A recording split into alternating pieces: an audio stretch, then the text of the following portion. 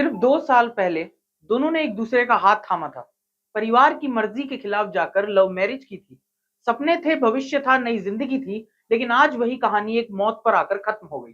फरीदाबाद में 28 साल का एक कारोबारी अपने ही घर में फंदे से लटका मिला।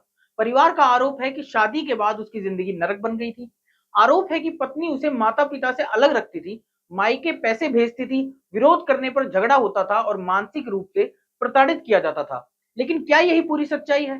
क्या यह केवल एक पारिवारिक विवाद था या इसके पीछे कुछ और भी है? और सबसे बड़ा सवाल, अगर एक पति अपनी शादी में प्रताड़ित होता है, तो उसकी आवाज आखिर कौन सुनता है? आज इस रिपोर्ट में हम पूरे मामले की हर परत समझेंगे। नमस्कार, आप सभी का स्वागत है झलको हरियाणा में। मैं आपके साथ जतिन।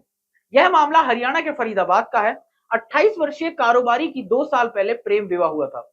शुरुआत में सब कुछ सामान्य बताया जा रहा है, लेकिन परिवार का आरोप है कि कुछ समय बाद रिश्तों में लगातार तनाव बढ़ने लगा। परिजनों का कहना है कि पत्नी ने पति पर माता-पिता से अलग रहने का दबाव बनाया।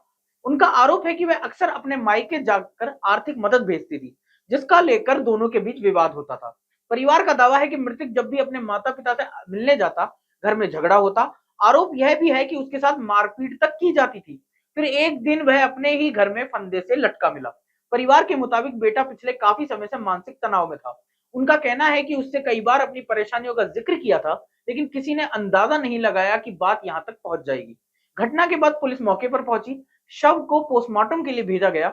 घटना स्थल से मिले सुसाइड नोट और अन्य साक्ष्यों को जांच के लिए कब्जे में लिया गया। अब police mobile phone, digital record और दोनों पक्षों के बयानों की जांच कर रही है। यानी अभी जांच जारी है और पुलिस ने किसी अंतिम निष्कर्ष की घोषणा नहीं की है। इस घटना ने एक बार फिर यह कठिन सवाल खड़ा कर दिया है कि जब किसी महिला के साथ घरेलू हिंसा होती है, तो समाज और कानून उसकी मदद की बात करते हैं, और ऐसा होना भी चाहिए। लेकिन अगर किसी पुरुष का परिवार आरोप लगाए कि वह मानसिक प्रताड़ना का शिकार था, तो क्या किसी बात की इतनी ही गंभीरता से सुनी जाती है? दूसरी तरफ यह भी उतना ही जरूरी है कि केवल आरोपों के आधार पर किसी को दोषी ना ठहराया जाए। कानून का मूल सिद्धांत यही है कि जांच पूरी होने और अदालत में आरोप साबित होने तक कोई भी व्यक्ति दोषी नहीं माना जाता। इसलिए इस मामले में भी जांच के नतीजों का इंतजार करना जरूरी है। हर साल वैवाहिक विवादों से जुड़े कई मामले सामने आते हैं। कई रिश्ते संवाद की कमी, आर्थिक तनाव, पारिवारिक दबाव और आपसी विश्वास की वजह से टूट जाते हैं। कभी पीड़ित महिला होती है, कभी पुरुष, लेकिन हर मामले में सबसे ज्यादा नुकसान पूरे परिवार का होता है। अगर रिश्ते में लगातार तनाव है, तो समय रहते बातचीत, परिवार की मदद या पेशेवर काउंसलिंग कई बार हालात बिगाड़ने से रोक सकती है। फरीदाबाद का यह मामला अभी जांच के दायरे में है। परिवार ने गंभीर आरोप लगाए हैं, पुलिस जांच कर रही है। अदालत में क्या सच सामने आएगा, इसका इंतजार करना होगा। लेकिन एक बात जरूर है, एक और परिवार बिखर गया, एक मां ने अपना बेटा खो दिया, एक जिंदगी खत्म हो गई, और अब हर किसी के मन में सिर्फ एक सवाल है कि अगर समय रहते हालात संभाल लिए जाते, तो क्या आज यह मौत टल सकती थी?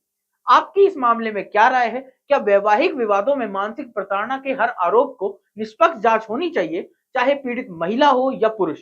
अपनी राय कमेंट में जरूर बताइए। तब तक के लिए देखते रहिए झलको हरियाणा। धन्यवाद। झलको